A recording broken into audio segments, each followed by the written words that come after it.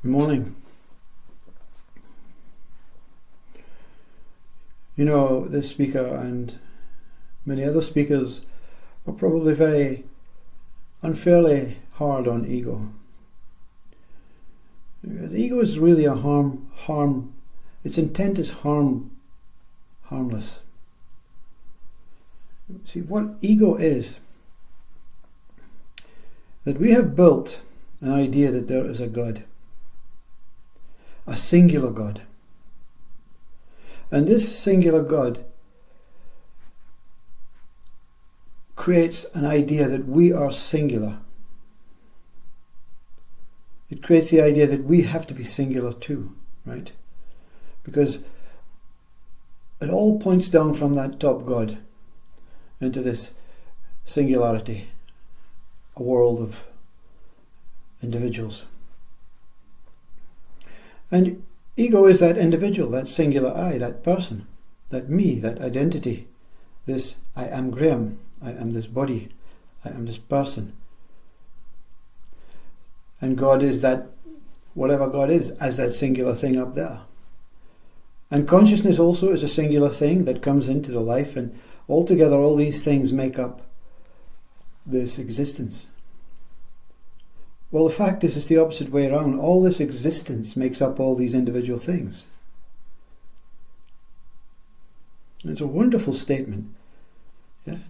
All of this human state makes up a human body. But the human body makes up all these human states.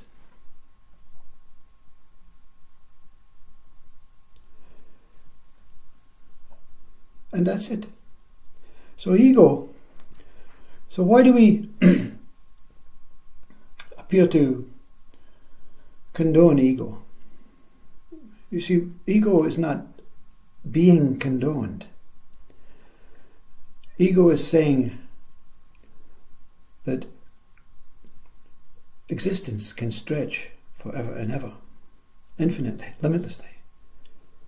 A river of boundless beauty. But ego is limited. Yeah? It can stretch to the same distance as consciousness, but it's very dangerous to go out the boundaries of this ego state. Ego is that changing element. I want to change. I want to change my home. I want to change my life. I want to change my appearance. I want to change. Because a very simple thing that ego, this is ego's mantra. Yeah? I want to change my mind. I want to change my partner. I want to change my garden. I want to change everything because I'm not happy with what it is.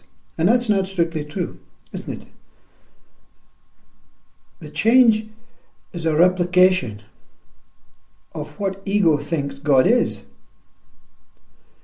Ego thinks God is this individual through a biblical story that has an ability and is using a controlled changing formula. So ego, well, that's the way God works. Why can't we work like that? But in fact, God, or consciousness, whatever you want to call it, has no formula. It has no aim, no purpose, no ultimatum. It just appears and unfolds itself. And when it unfolds itself, it is in shock of what it has unfolded because it has never known what it is, the infinite possibilities that it can unfold. So mind replicates this consciousness. Wow, look what I done today. Look what I learned. Look at this. This is great. Look at that mountain. Wow, this is wonderful. Look over there. Oh, there. Yeah, this is wonderful. I never knew that this existed. And the one that experiences this, I never knew that this existed, is creating that existence through their simple being here, through their ability to visualize, sense, touch, taste, experience, listen to all that is unfolding in front of our very senses. So ego thinks God has the ability, consciousness is in charge. It's in charge, but it's taking no charge. It's actually quite illogical. But what it produces, the mind makes it to be logical. If there was no mind, we would be saying we wouldn't be saying anything. We don't understand anything. Isaac Newton wouldn't understand how an apple falls down from the sky. Gravity. So mind is there to make sense of what's taking place, and that's the job of mind. Let's make sense of this. Let's accept this. Let's try and understand it. So ego, individual, thinks if God is an individual, or consciousness is an individual thing that has a purpose, through a knowing purpose ahead of time, then ego is being fooled. But anyway, it's doing no harm while it's going through this process. But when it steps out of line, you see, ego can change. It can change things, plan ahead of its time.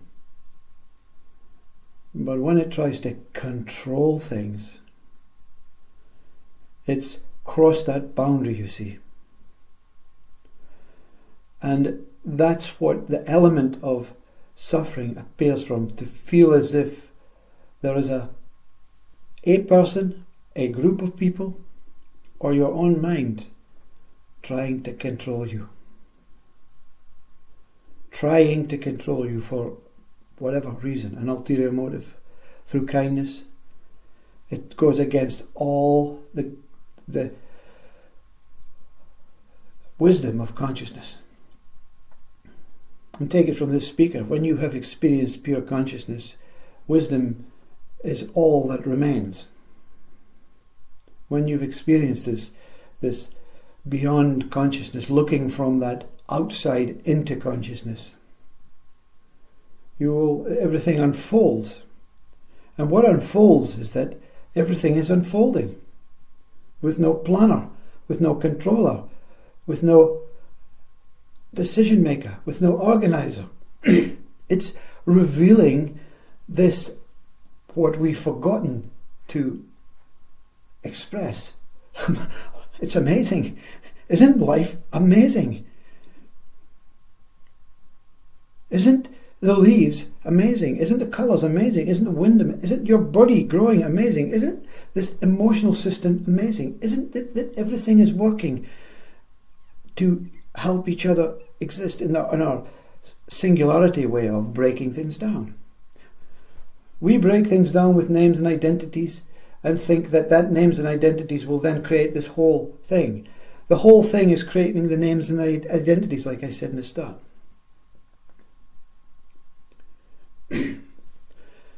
For this ego person, when it heard the words control the virus, something inside crumbled with grief.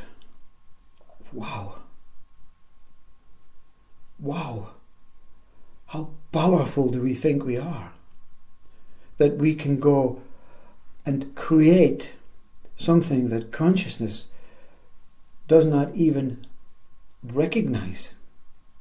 Why would consciousness, or God in its rightful way, try and eradicate something that is coming naturally? You see?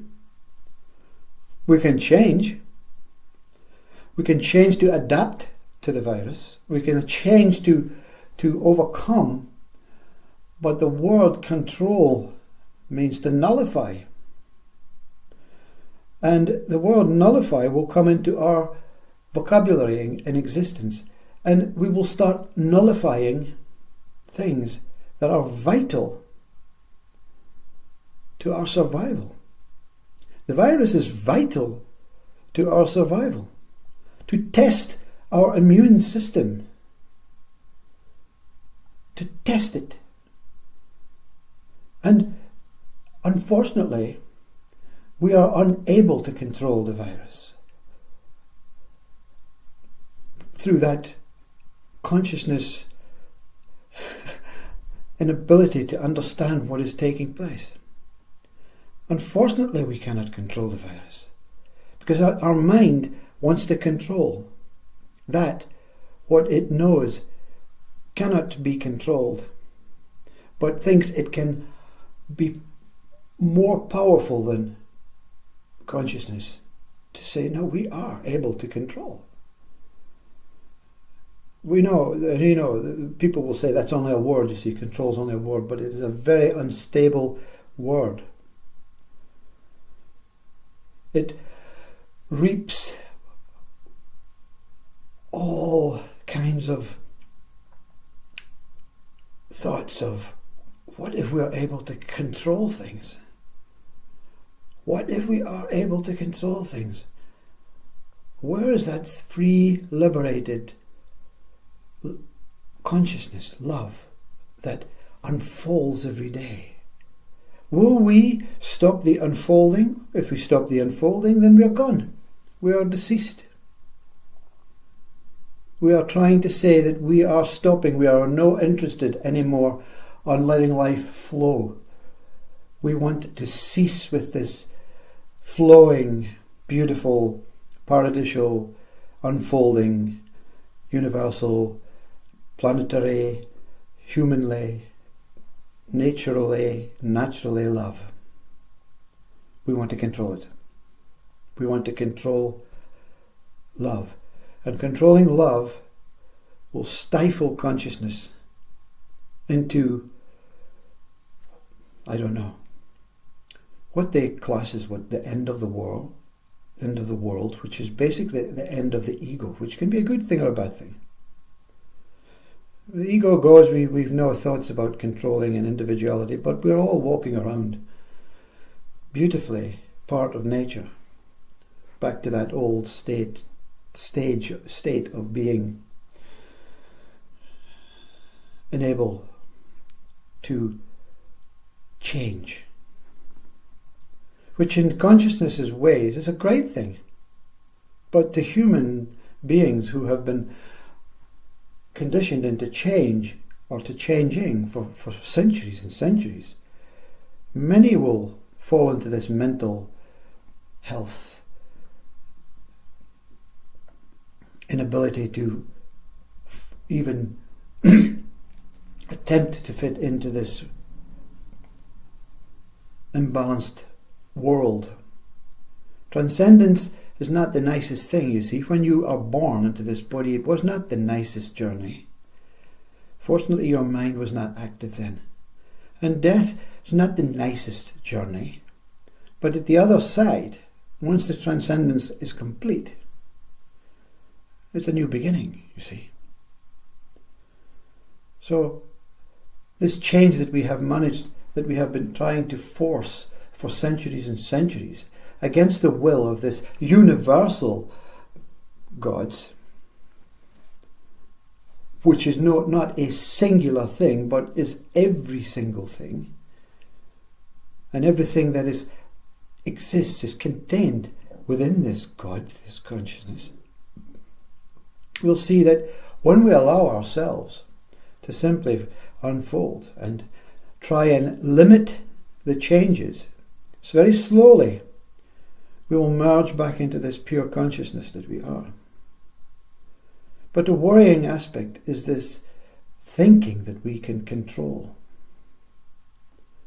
Because to try and control, is very dangerous to consciousness.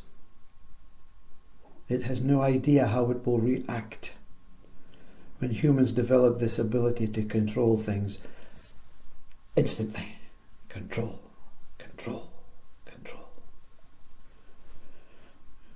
And we have the sense to say that, okay, we have created a vaccine to try and control. But we know that unless we accept it, it will continue to grow and continue to fight against being controlled. You see, when you're controlled in a group, when people attack you on the street, you don't just lie down. You try and fight back.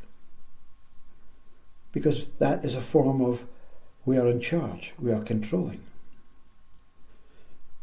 So ego